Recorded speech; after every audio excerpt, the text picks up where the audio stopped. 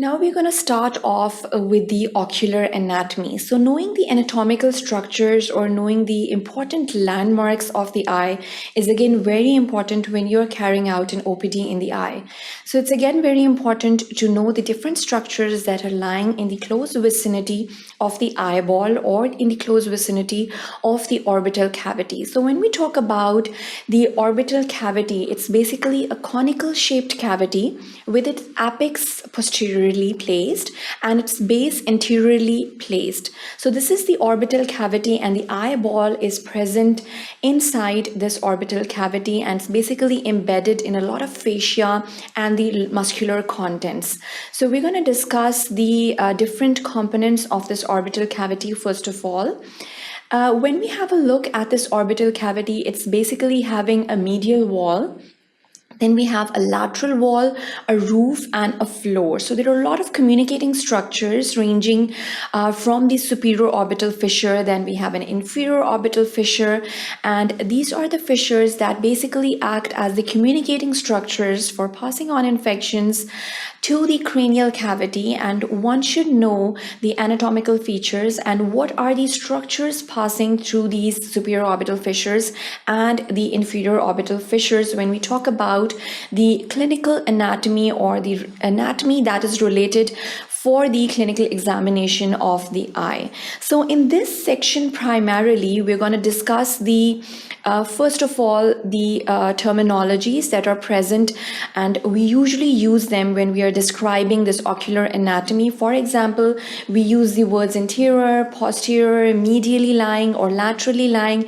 Then we have the terminologies, for example, the nasal visual fields and the temporal visual fields. These are the terminologies that are usually used when we talk about the examination of the eye or the clinical examination that is routinely carried out. So we're going to discuss them over here, and then we're going to move on to the basic components of the eyeball. So when we talk about the basic components, it's basically relating to the protective coverings that are present in the eye, ranging from the conjunctiva, the sclera. Then we have an intrinsic muscles, for example, the iris and the ciliary muscles that are present and that are very important for the draining out of the tears. Then we have a nasolacrimal duct or an apparatus that is present, a lacrimal gland that is present laterally.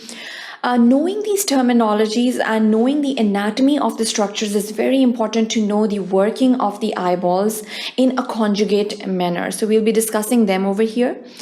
Then we have the extraocular muscles. When we talk about the extraocular muscles, it's basically a group of muscles that is present and that is attached to the eyeball superiorly, inferiorly, laterally, as well as medially.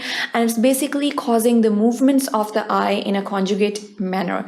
So we're going to discuss them over here. It's the group of muscles basically consists of the superior rectus, then we have the inferior rectus, the medial rectus, the lateral rectus, we have the superior oblique muscle, and then we have the inferior oblique muscle. So these are the extrinsic muscles that we're going to talk about, and then we have a group of muscles which is also known as an intrinsic group of muscles, and that basically helps in the accommodation of the eyeball.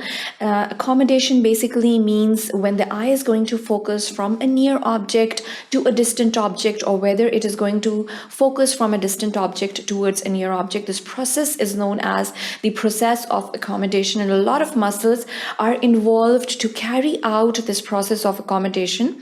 And we're going to discuss all of these particular structures or peculiar structures that help in the functioning of the eyeball in a normal manner in this particular section that we're going to talk about. So when we have this ocular anatomy at our hand, you can have a look that we have the lens which is centrally placed, and then if we have a look over here, this was the muscle that I was talking about. It's basically the iris, and there is an opening or an aperture that is centrally located, which is known as the pupil. The protective coverings, they basically include the cornea, we have the conjunctiva on the other hand, and these are the two chambers of the eyes, which is known as the anterior chamber or the aqueous humor, and then posteriorly we have the vitreous chamber or the vitreous humor. So one should know, these are the two chambers that are present in the eyeball when we talk about them. The intrinsic muscles of the eye, they also includes the ciliary body. As I've already told, these intrinsic muscles basically help the eye to accommodate. And then we have the zonules over here. They're also helping to accommodate. And then we have the muscular attachments that are attached to the eye, the muscular groups or the group of muscles which are known as the extraocular muscles. They're attached in different directions. They're attached superiorly, inferiorly, and then we have a medial and the lateral attachments as well over here. If we have a look at the fundus of our eye, it is basically this portion which is known as the fundus of the eye, and retinal examination is basically carried out over here. What are you going to focus on when you are examining this retinal examination, or you're having this retinal examination, which is usually carried out with the help of an ophthalmoscope? You're going to look at the texture of the blood vessels. You're going to look at the fovea, and then there is a macular region, and then we have the optic nerve that is basically passing on towards this optic disc, which has this fovea and macula. So knowing a healthy macula and a fovea, it is again very important to distinguish it from any abnormalities. This is the normal anatomy or the normal clinical anatomical structure that are present in the eye, and one should know the terminologies that are related to these ocular anatomy or the structures that are related to it.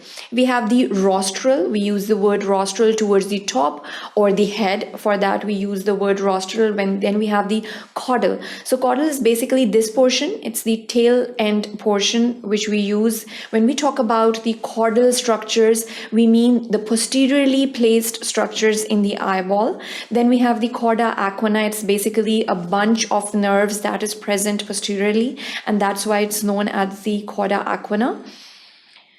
Then we have anterior, which is used for front or the ventral portions. In other words, we can call it anterior. Then we have posterior, that is placed at the back or at the dorsal. Then we have the medial, which is present towards the midline, and we use another word for this medial, which is the nasal. Usually we use it for the visual fields. When we say there is a nasal visual field defect, that means that the visual field defect is basically placed medially in these particular patients. Then we have the lateral, away from the midline, or we can use another word which is known as temporal. Then is the central, and then we have the peripheral, that is away from the central or towards the periphery. Usually these words or these terminologies are used when we are indicating any problems towards the visual fields. Then we have the basic components of the eyeball.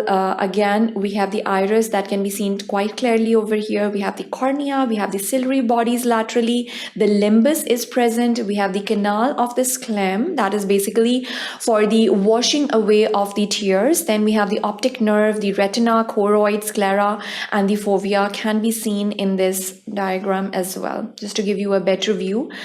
Then we have the extraocular muscles that are present. They basically include the muscles of the facial expression, producing the expressions of surprise, or all of these expressions can be produced by this muscle which is known as orbicularis oculi. We have this orbital septum. We have this nasal muscle which is known, it's a small muscle, it's known as the procerus, that can be seen over here. We have the nasolacrimal duct that is communicating with the nasal cavity, and then we have these are the components of the nasal cavity basically. This is lacrimal caniculi, lacrimal caruncle can be seen over here. Over here, you can see that the iris is present as an intrinsic muscle over here. Then we have the levator palpebrae superioris that is present almost here. So most of the muscles that are shown in this diagram, they are focusing on the muscles of the facial expression, or the muscles that are present around the eye or in the close vicinity of the eye, and they are producing those particular facial expressions or helping out in them. So in this section, basically, we summarize the basic clinical anatomy or the terminologies that are used quite frequently when we are examining the eye. So that is the end of this section. Thank you for watching sqadia.com.